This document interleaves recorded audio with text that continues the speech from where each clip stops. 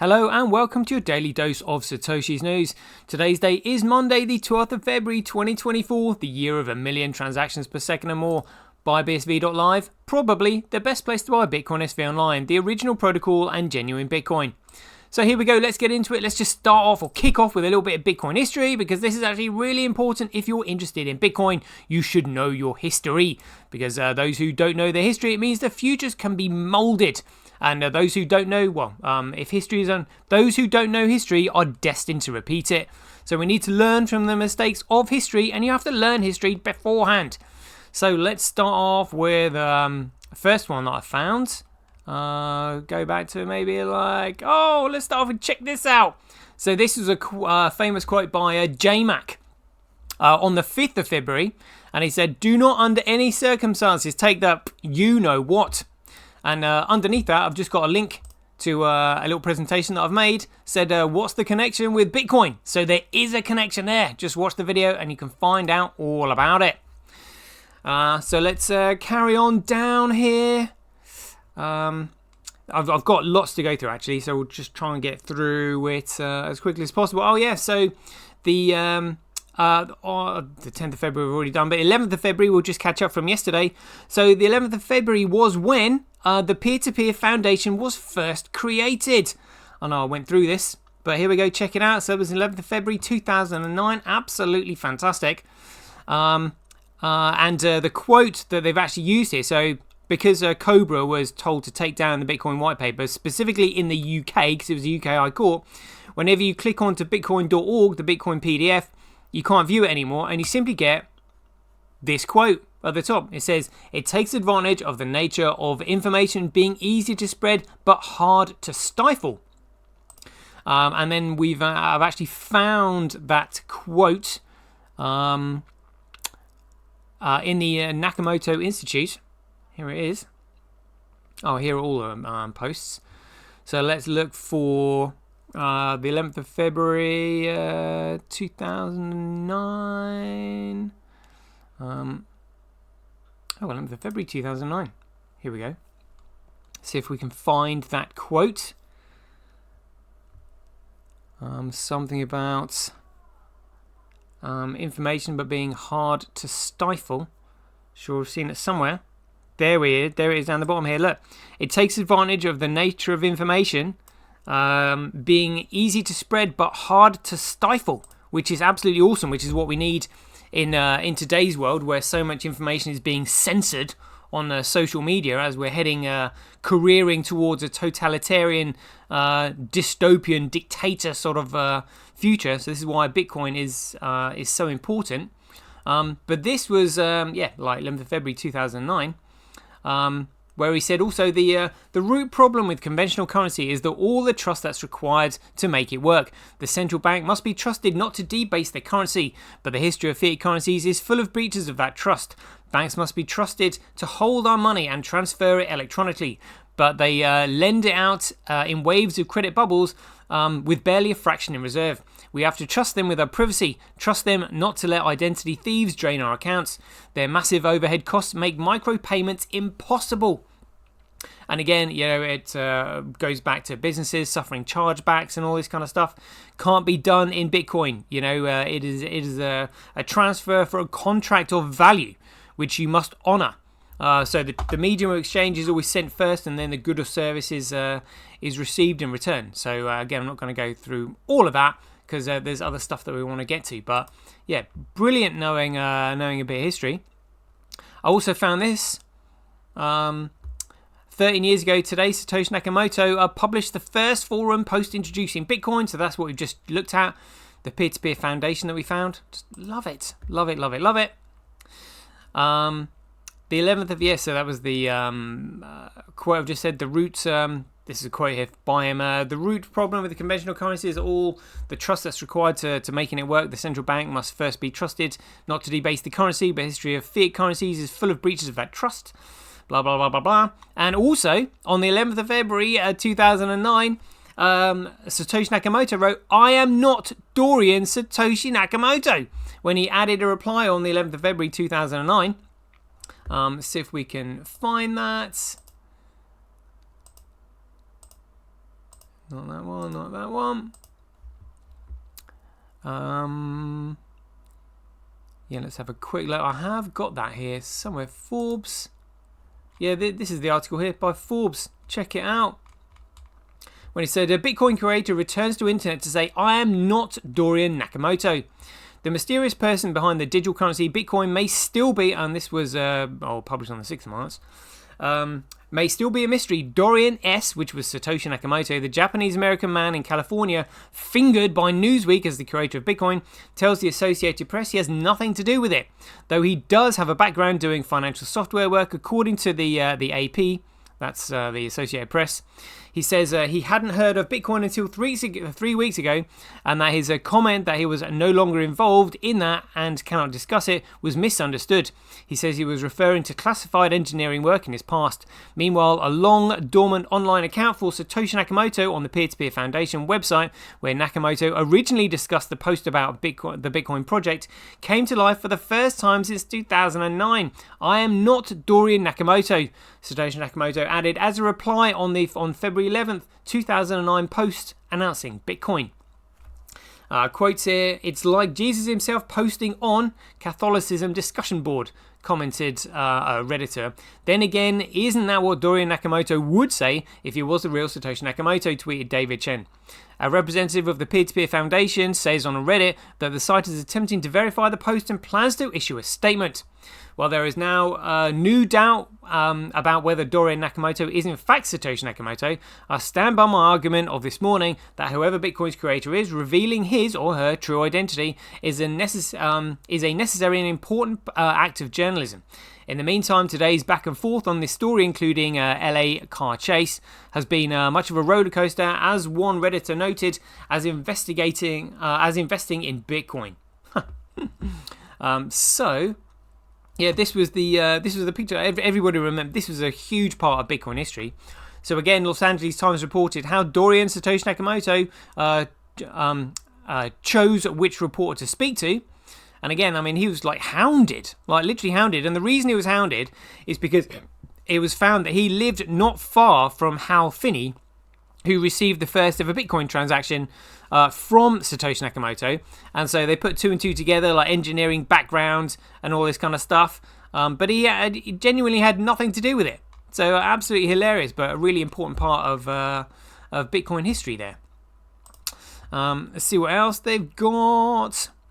So we're now the 12th of February. So on the 12th of February 2010, quote here, there's a small transaction fee for very large transactions. The node that this is a quote from Satoshi Nakamoto. The node that generates the block that contains the transaction gets the fee. If the same money gets sent again, it won't incur the fee again. If all you have is generated coins in your wallet, if you send them all in one huge transaction, it has to bundle hundreds of 50 BC Bitcoins together. After that, it's just one line to send the combined unit. And this was right here on the Bitcoin talk. Again, loving that. So let's get into what's happening in Bitcoin. And we'll close that one. Here we go. So check this out. This was a fantastic article here, written on the 6th of February. So this was the second day of the Satoshi trial.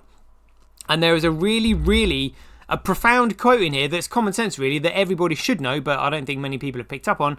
But we'll come across it when we read through this article. So it says, London judge to weigh computer scientists' claim that he's the mystery creator of Bitcoin.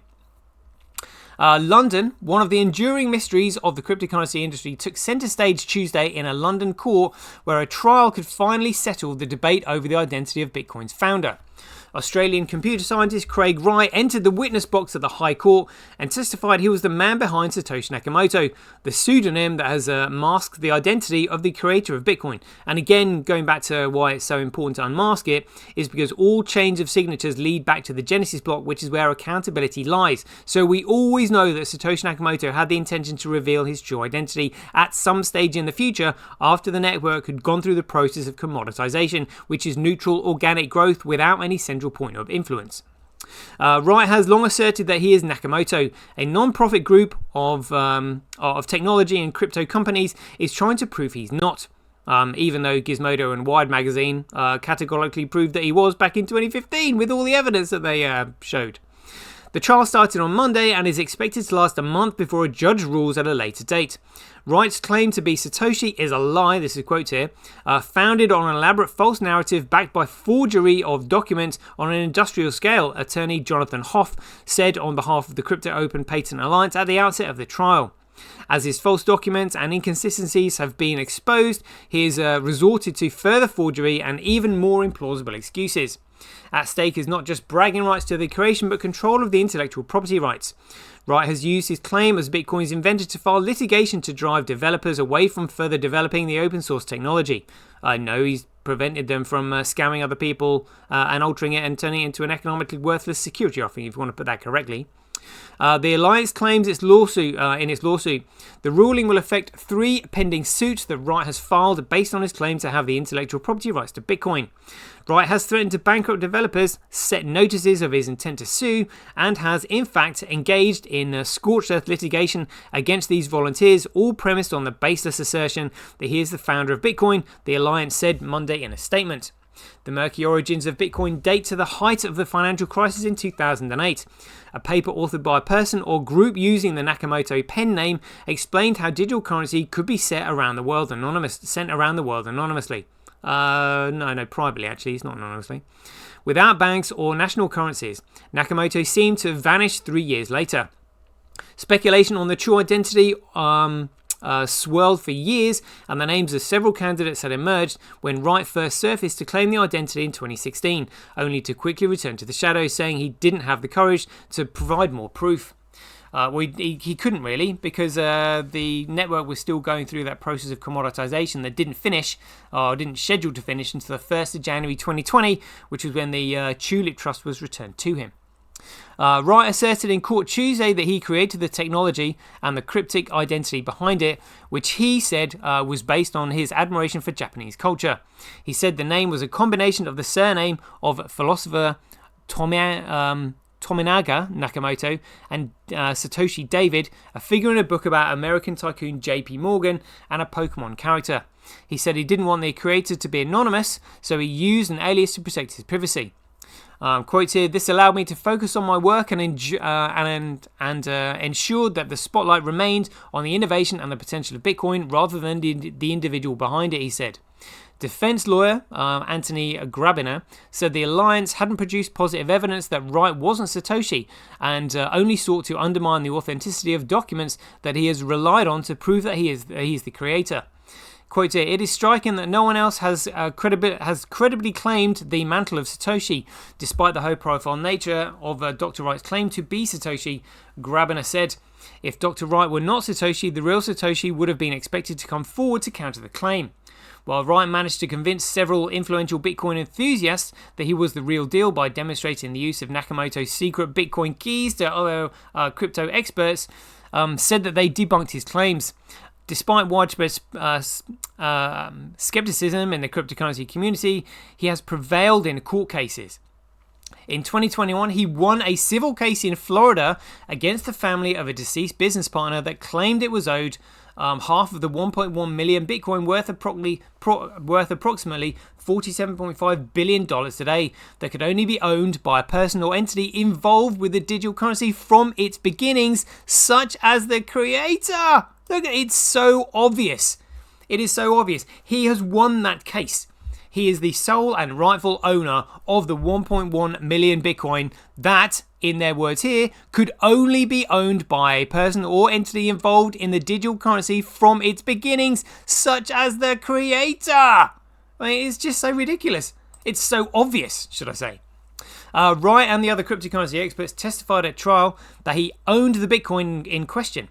His lawyers claim that while he had collaborated with his deceased friend David Kleiman, their partnership had nothing to do with Bitcoin's creation or early operation. And again, it couldn't do in order for Bitcoin to be a commodity. It had to have a central starting point. But that central starting point couldn't have had any influence over the neutral organic growth of the network, which is why a pseudonym was used, and he couldn't risk starting with someone else. He had to do it alone. Because all Bitcoin transactions are public, members of the Bitcoin community have regularly called for a right to move just a fraction of the coins to prove ownership. Again, it doesn't prove ownership. Possession is not proof of ownership. How many times have we got to repeat that to these douchebags? Wright appears to have never done so, despite vowing to prove that he is the owner of the fortune. In the London trial, Hoff repeatedly sparred with Wright over the authenticity of documents that he had said supported his claims. Hoff said the original white paper on the creation of Bitcoin was written on open office software, and that experts on both sides agreed that Wright submitted a version created on a software called Latex, which didn't exist when the paper was written. Hoff suggested that the numbers misaligned on the document behind the origin myth were signs it had been forged. If I forged that document, it would be perfect, said Wright, who is due to testify for another 5 days.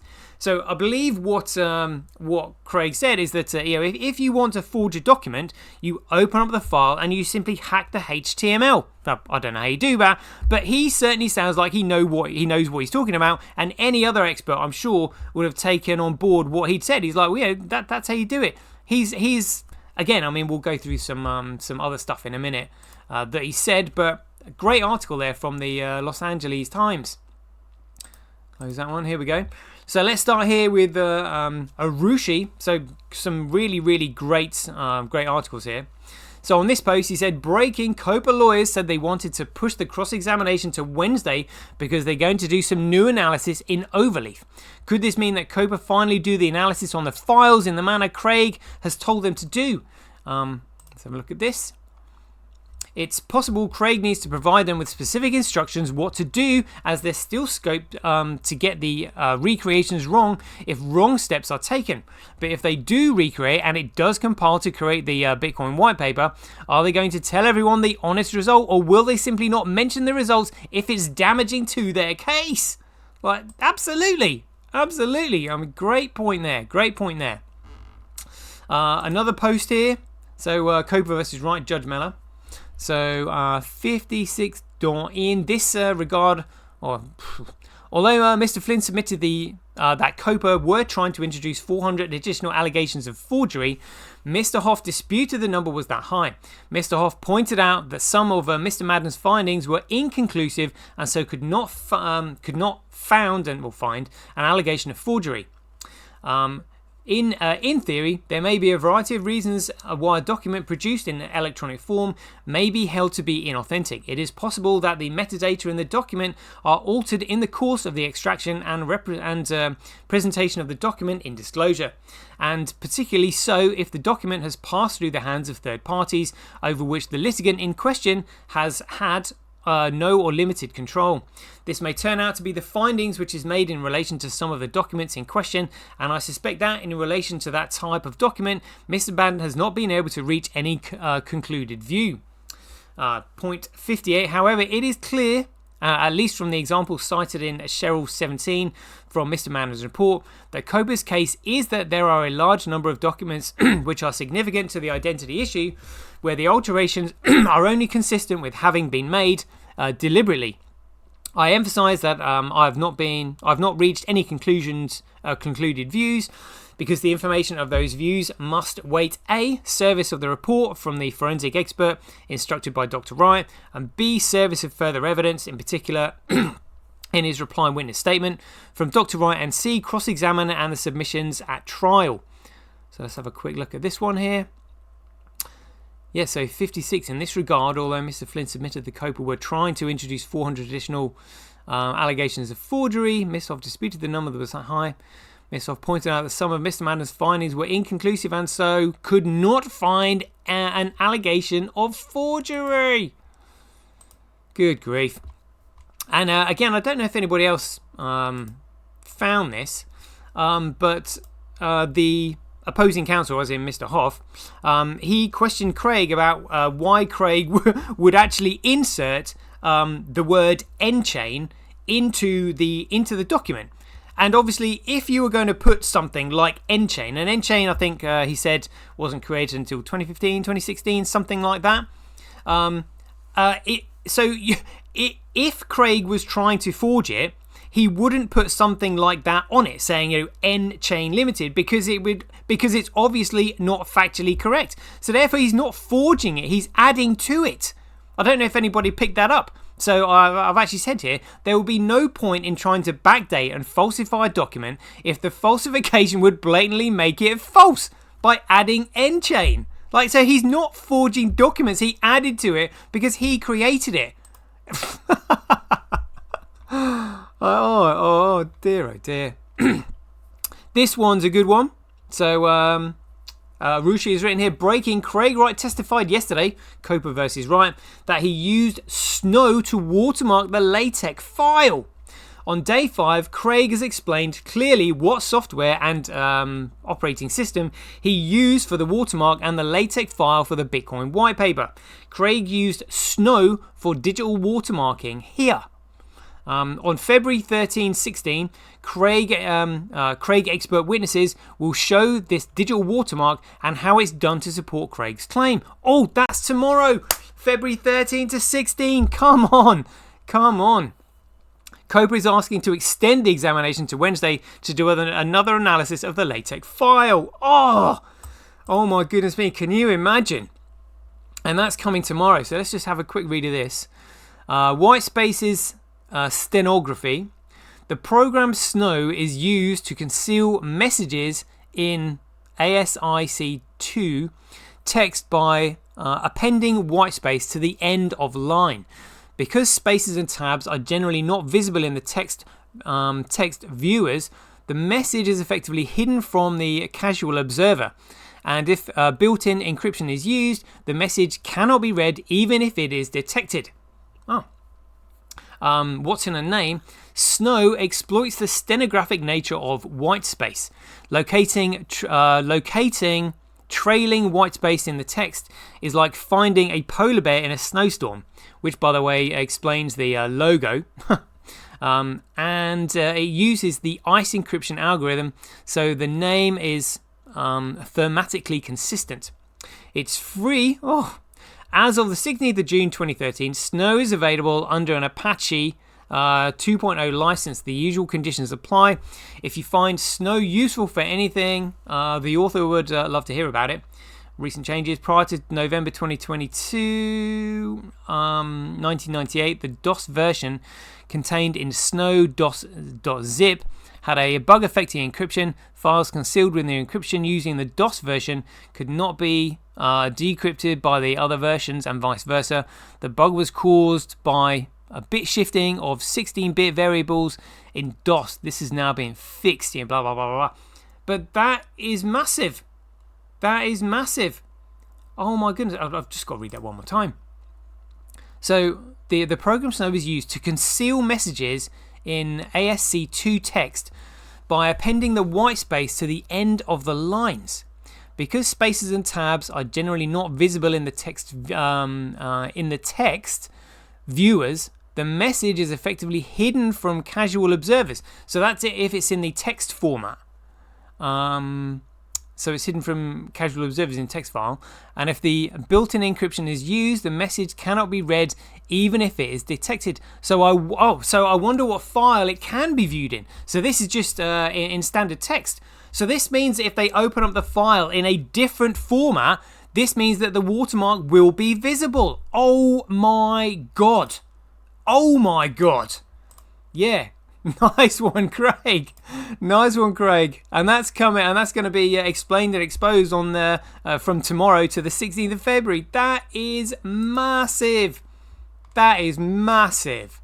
Oh my goodness me. Can you imagine the opposing counsel's face when they see this? Mic drop moment. Whoa. Let's see. That was a really funny joke there from Randy. He said, seems like COPA's case now hangs in the balance of latex. Oh, brilliant. And this was just a reminder that the Colombian government said City Council of Bogota officially recognized Craig Wright as Satoshi Nakamoto during his visit in 2019. So they know. I wonder when old what's-his-face from El Salvador is going to recognize him as well. Can you imagine? What a mistake. He's never going to admit that. Oh my goodness me. COPA versus right, day 5. Craig claimed that what you don't see is there. What you don't see in there is I almost designed the system for iVote. Oh yeah, which we'll go to another. This is the one I wanted to have a look at. So John Southhouse has written, by the way, this was the epic last minute of the COPA versus Satoshi trial in London on Friday. For those who didn't get to hear it, this is it. Check it out. So we'll read this bit. So in context, Craig Wright is describing how his previous work at major companies was a precursor to Bitcoin and blockchain. Jonathan Hoff, QC for COPA, is attempting to paint this as a basic IT security services and not relevant to blockchain. Hoff, Dr. Wright, there was no prototype blockchain. You were just a security service guy, weren't you? Right? No, you don't have research and development for that, and you'll find out Deloitte and PricewaterhouseCoopers and several large enterprise companies failed time and time again to get Lassiter's software that would get them over the board and allow them to be certified. I created the system that made the Northern Territory government happy. What you don't see there is that I was also designed a system for iVote. iVote is the New South Wales electoral system, my lord, where internet voting occurs. That is the way that people who are handicapped or unable to, like soldiers, can vote in Australia remotely, so the system was partly on my secure design. Wright continues, so when you're saying just the security guy, I'm just the security guy who created the PKI system that is some of the basic digital signing infrastructure in Australia. I'm just the security guy who created the security login and management systems at a number of banks. I'm just the security guy who implemented the logging functionality, poker and game management for Lassiter's, Playboy and several other casinos. That just the security guy who implemented this for the Department of Homeland Security. Just the security guy, and I could keep going if you like. And Hoff said, my lord, would that be a convenient moment to break, of course. Oh, brilliant. Brilliant. Let's have a look at this. So, who's this? Themos. So, he's a right protagonist. So he said, my personal suspicion in this area is that Satoshi was never, or not recently, a full-time programmer, but he was pretty familiar with computer science, maybe a student or academic. You'd have to be more than that to create Bitcoin. And he'd read some comprehensive C++ book just before starting on Bitcoin, so he made full and correct usage of C++ features in a slightly messy way. I mean, again, they're sort of trying to pull apart Craig's coding skills, but that has already been debunked. Here we go. Look, Craig can't code. Craig can't code. What a joke. Craig has he's already just proved himself there in that one statement. Absolutely massive. There's something here I'm going to get to about Doshi. So Satoshi already said in that Lightning Network was not viable in 2010, and you can still continue this with nonsense that doesn't work. Here we go. Let's have a look at this. Undeniable evidence that 12 years before the release of the Bitcoin white paper, Craig Wright used a Japanese Doshi pseudonym and said this: while the average member of the public blindly trusts the banks to keep them safe, and until there is a user-friendly means of encrypting data and the US government that the US government supports, I can see a lot of room for fraud. Sounds totally similar to what Satoshi said, right? So let's have a look at this.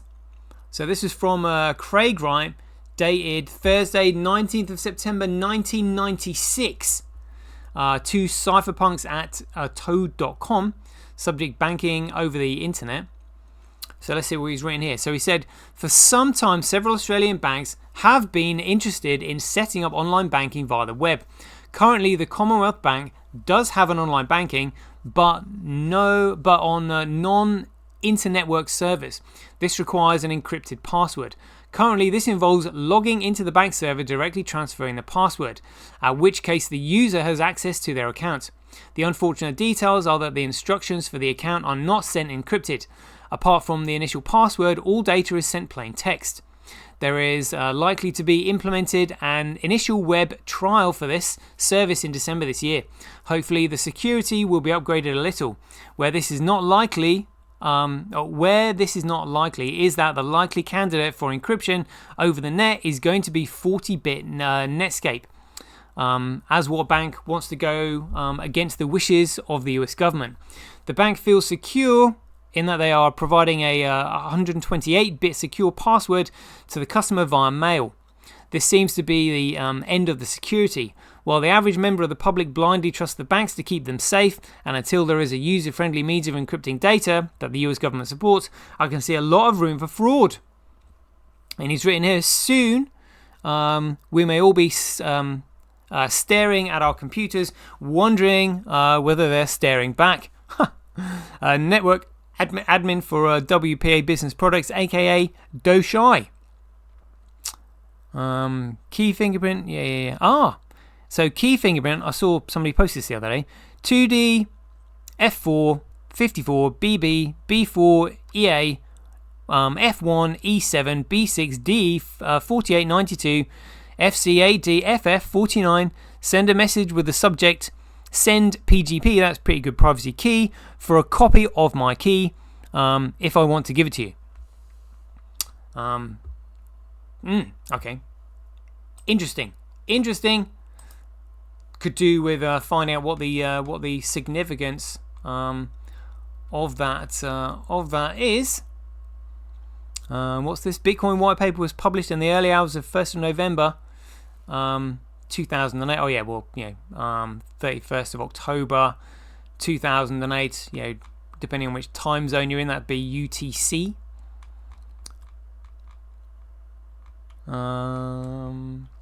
Let's see what else there is. Talking about Dorian Satoshi Nakamoto there.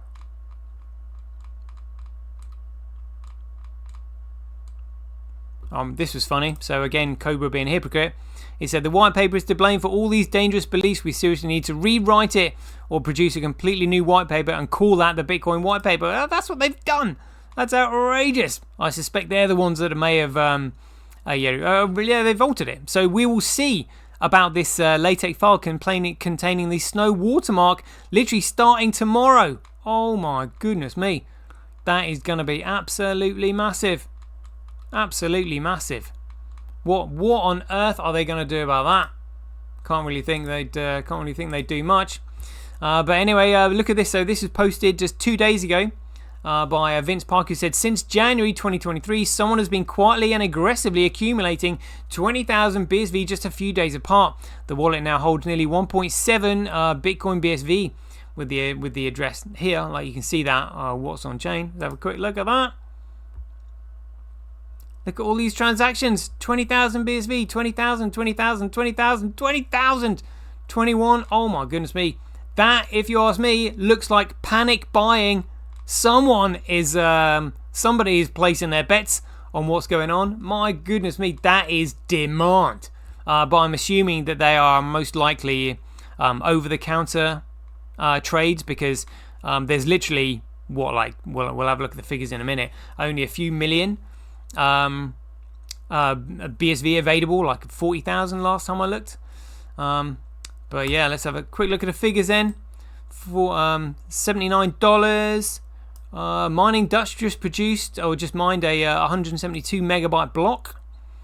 It's currently 9.2% more profitable to mine on an SV. I'm telling you, the door is being left open because the profitability is being carefully managed.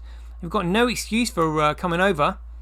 And we've now got a market cap of $1.8 trillion. $1.8 trillion with only $1.5 billion worth of true value. Oh my goodness me. So there's literally just a $3.1 million worth of ask. So interesting to find out where they accumulated all those BSV from, unless it's a nefarious account that's maybe planning on dumping them onto the market to purposely suppress the price. I mean, who knows? But just a little bit of a roundup of today, because I've just been watching the trial. I'm just going to think off the top of my head what they've been talking about. Can't remember off the top of my head while I'm on the show, but anyway, that's been 34 minutes. There we go, leave it there. Hope you enjoyed it. I'm going to sit down and watch the rest of it, and catch you guys tomorrow. Have a good one.